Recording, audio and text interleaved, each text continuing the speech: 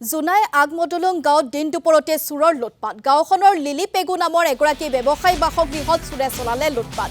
দিন দুপৰতে ঘৰত প্ৰৱেশ কৰি অলংকাৰ কাপোৰ কানিৰ লগতে 6 লাখ টকাৰ সা সম্পত্তি লুটি দিয়া চোৰে। ঘৰত কোনো নথকাৰ সময়তে প্ৰৱেশ কৰি চোৰৰ দলটোৱে চলাই লুটপাট। ঘটনাস্থলীত উপস্থিত হৈ আৰক্ষী তদন্ত প্ৰক্ৰিয়া অব্যাহত ৰাখিছে।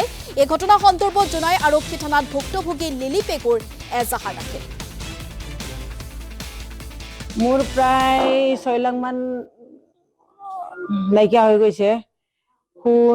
সোণৰ মানে আঙুঠি এযোৰ, কাণপুলি এযোৰ, চেইন এযোৰ আৰু কাৰু এযোৰ, তাৰপিছত মুগা মেখেলা চাদৰ, নানা ধৰণৰ বহুত যিমান আছিলে মই এতিয়া ধৰিব পৰা নাই, ইমান মানে নাইকিয়া হৈ অন্তত 6-7 লাখ মান হ'ব।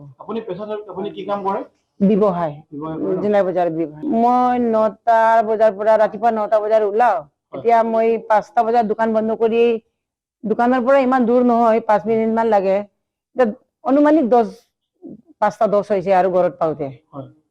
এতিয়া দৰ্জা খুলি চাইছো, চোৱাৰ লগে লগে এইটো দেখি পালো আৰু